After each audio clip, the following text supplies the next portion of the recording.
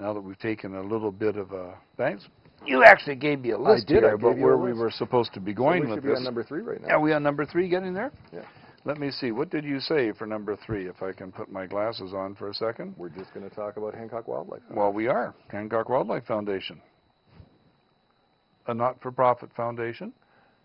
Hancock Wildlife Foundation is a not-for-profit foundation, not only in Canada, but also in the United States. David has been doing a lot of... This is David Hancock, the progenitor of Hancock Wildlife Foundation. I've known David for now 23 years. 23 years, yeah. And when he called me back in late 2005 about the possibility of hooking up the camera that Doug Carrick of Hornby Island had installed in an eagle nest across the street in his neighbor's property, and had been watching and recording for 2 seasons prior to David Hancock ever even seeing this. David Hancock saw some video that Doug had taken and was showing at a little seminar he was giving up in Campbell River.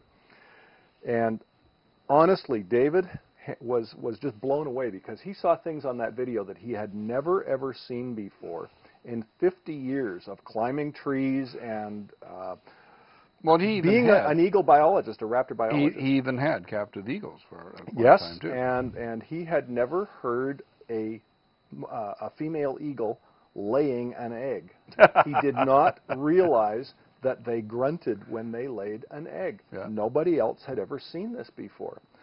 So he phoned me, and we got the internet hooked up to this camera, and figuring maybe there was a couple of hundred people around the world that were interested in looking at this and doing scientific research on it. Well, the first season, 2006 season, from about late February through till July, August, 40,000 continuous streams with turning over, every few minutes a new person somebody would drop off and a new person would get right back onto that stream. And it was millions, literally, over the 4 months, it was well, tens of millions of people who watched that stream. I'm sure I had 100 people call me, email me to watch it. Which was amazing because everybody, it was the big thing. Everybody watched this. This was the beginning of the Hancock Wildlife Foundation. Now, it was all done under David's book business, Hancock House Publishing, to start with, which has always been his way of earning money to fund his biological research. Up until just recently, he's never even gone looking for any funding from anybody else. He's always done it himself.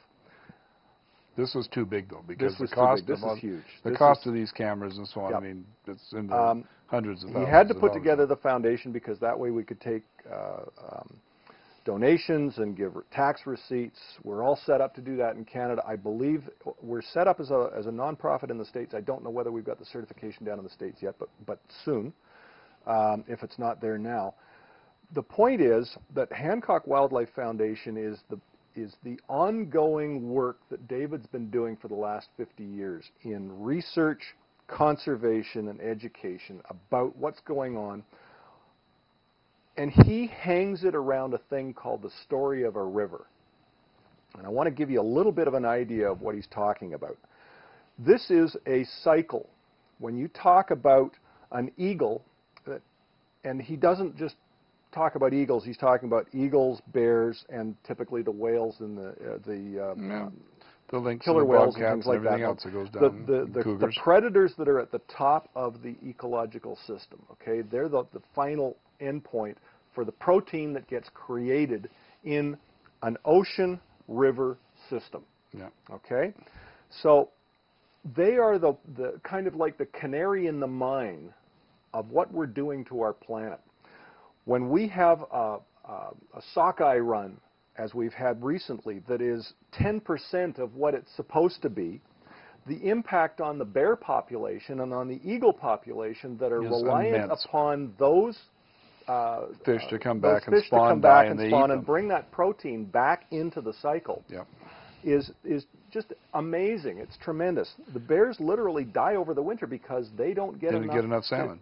Enough salmon. And the trees don't grow as well because the bears and eagles take the carcasses in and they don't eat them all. Some of them end up fertilizing the trees. That's exactly right. Yep. And I mean, there's another aspect to that because they can actually watch the pollutants from the ocean come through the forest and up into the trees. They're taking bark samples and they're taking samples from the Cambrian level in the trees, and they are actually tagging or looking for the tags that are the pollutants that are in the oceans.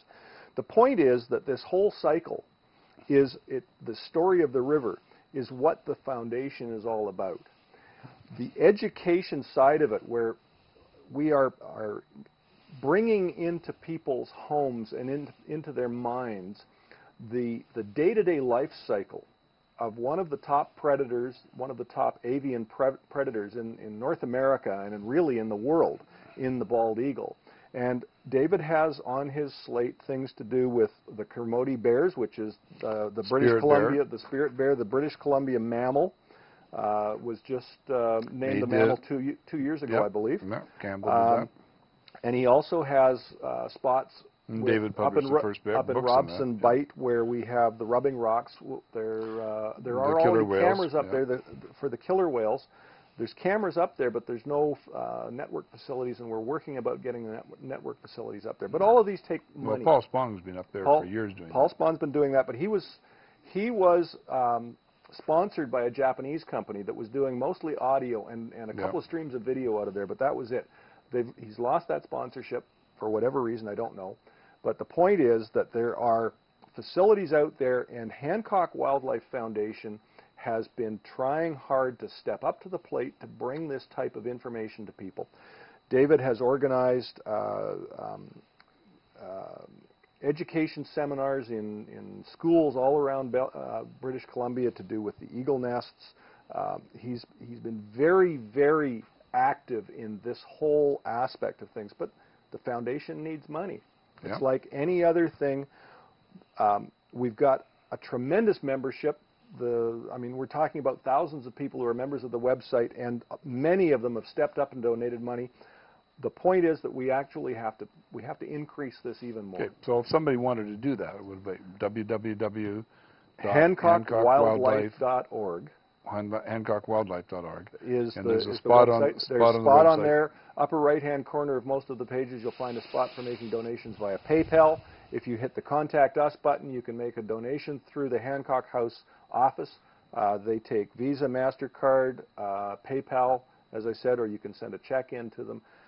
At this point, it's tax deductible here in Canada, and I should have checked before we came on tonight. I don't know whether we got the tax one for the U.S. A worthy project for anybody. It's a wonderful project. And Hancock is really quite an amazing individual. I have traveled with him to Alaska 3 times. We've been to Inuvik 3 times. We've been California. I mean, there's nothing like walking across the tundra with a real biologist who understands what every little lichen and what every little... It's an amazing experience. I pay to do it, and I was lucky enough to go along for nothing. You got eco tours before there were eco tours. Oh, it was eco tours. I can still remember the first trip I went with him. He didn't even tell me what he was doing. He just said, he phoned and said, "Are you doing anything for the next couple of days?" And I said, "No." He said, "I'll pick you up," and he picked me up at the bottom of the driveway, and we ended up in 7,500 feet up the mountain, Canoe Mountain up at Valemont. And sleeping sounds like David. Sleeping in a pup tent. I had no idea what we were about to do. Anyways, David Ingram, Richard Pitt, my guest, is Richard is another character. Everybody I know is a good character. And Dave, we're talking about another friend, David Hancock, who's a character. You know, when I first met David, he had a pet cougar. I mean, how many people do you know with a pet cougar? I saw his pet cougar when I was in grade 12, when I first saw him giving lectures at the Orpheum Theater here. And David gave that cougar and he hates people telling him things like that. And David gave that cougar to the Squim Zoo. And when Mitchell here was 4 years old, we went over to the Squim Zoo, and that cougar and other cougars were following Mitchell down beside the cage because he was prey size. Oh, yes. And you got to watch out for cougars. We're going to take a break or make this a cut zone someplace for YouTube, and we'll be back. I just got to edit it out when I do this tomorrow. Well, you don't have